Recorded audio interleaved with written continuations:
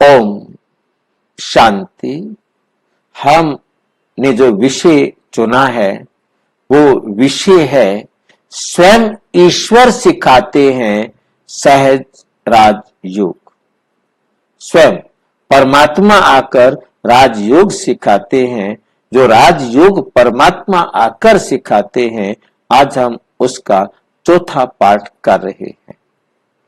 इससे क्या होता है? हमारा व्यक्तित्व में परिवर्तन।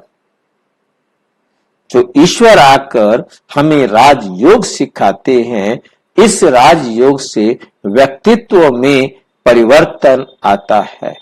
योग सत्रों के बाद जैसे जैसे आप ये योग का कोर्स करते हैं, तो आपको अभ्यासकर्ता को बदला हुआ पवित्र और खुशी महसूस करता है।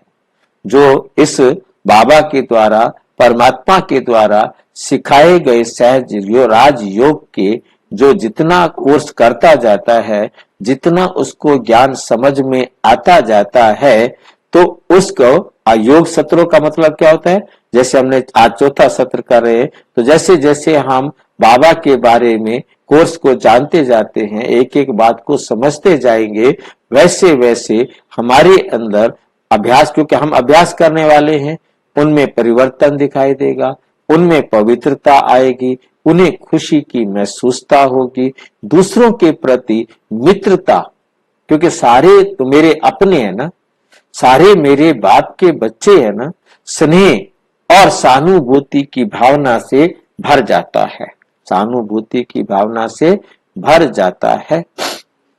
दूसरी बात है इसमें हल्केपन और शक्ति की अनुभूति।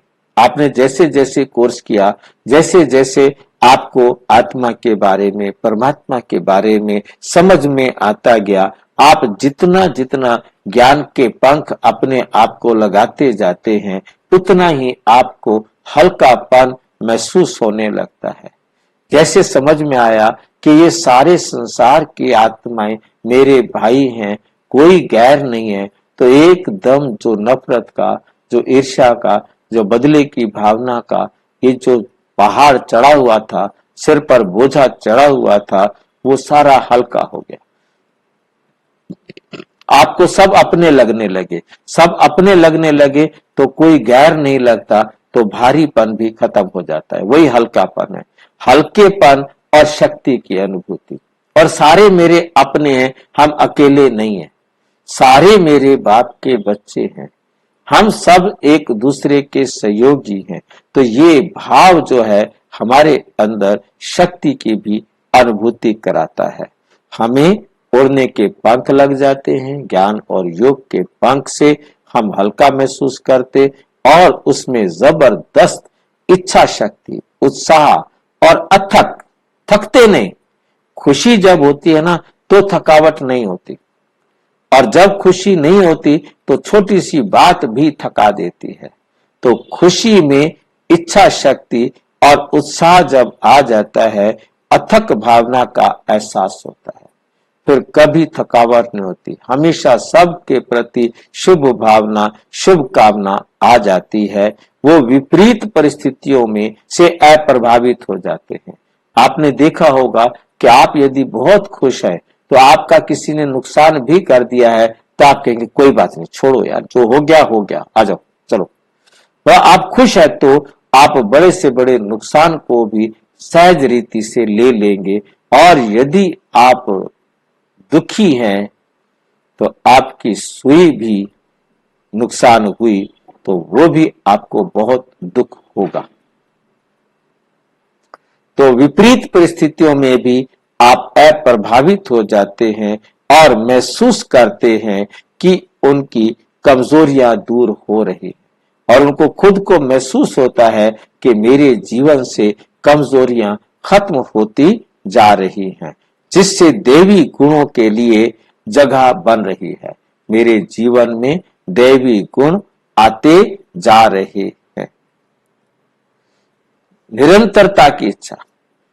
फिर क्या होता है कि हम जब इस आनंद को ले लेते हैं, बाबा की श्रीमत पर चलने में जिसको आनंद आने लगता है, तो उसमें फिर इस अनूठी स्थिति में हमेशा बना रहना चाहता है। कि वो आनंद को खोना नहीं चाहता, वो निरंतर बाबा की श्रीमत पर चलता ही रहेगा। उसे कभी ये ख्याल नहीं आएगा कि मैं अब याद ना करूं या निरंतर बाबा की श्रीमत पर क्यों चलूं। अब तक मैं बाबा की श्रीमत पर चलता रहा हूं, थोड़ी देर तो मैं अपने परिवार का कहना मान लूं, नहीं, बिल्कुल नहीं। परमात्मा की श्रीमत पर चलने में निरंतरता की इच्छा, लगातार चलता रहना, हमेशा बने रहने की इच्छा होती है। और अभ्यासकर्ता को दुनिया एक अद्भुत नाटक के रूप में दिखाई देती है। अंजलि दुबे क्या पूछना चाहते हैं? भाई जी, मैं ये कहना चाह रही हूँ, जब इतनी खुशी होती है और बाबा को पाल लिया, सब तो समझ सकते हैं, ये सब तो फिर ऐसा क्यों है? एक दिन ऐसा आता है कि जो हम बाबा को छोड़ के चले जाते हैं, ऐसे बच्चे कैसे हो जाते हैं? कोई ना कोई अवज्ञा हो जाती है।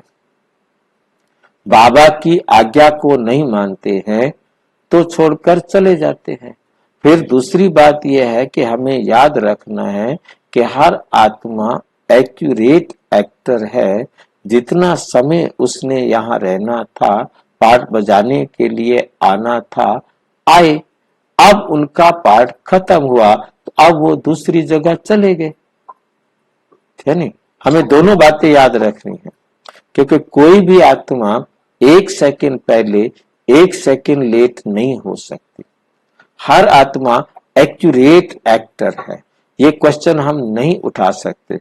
हमने अपने आप को ये क्वेश्चन उठाने से समझा देना है, right is right but wrong is also right. जो हम गलत समझ रहे हैं वो भी राइट है। बाबा की पढ़ाई बड़ी वंडरफुल है।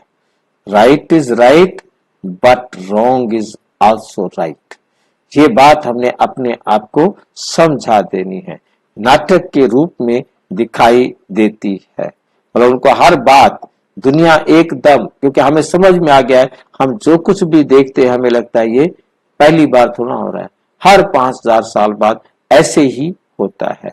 ये नाटक है, ये वंडरफुल नाटक है। और विस्तार से जानने के लिए आप प्रजापिता ब्रह्मा कुमारी ईश्वरीय विश्वविद्यालय के किसी भी सेवा केंद्र पर संपर्क करें। और यदि कोई प्रश्न है तो 9213106986 पर केवल टेलीग्राम करें, 9650692270 पर केवल व्हाट्सएप करें, फोन नहीं। ओम शांति।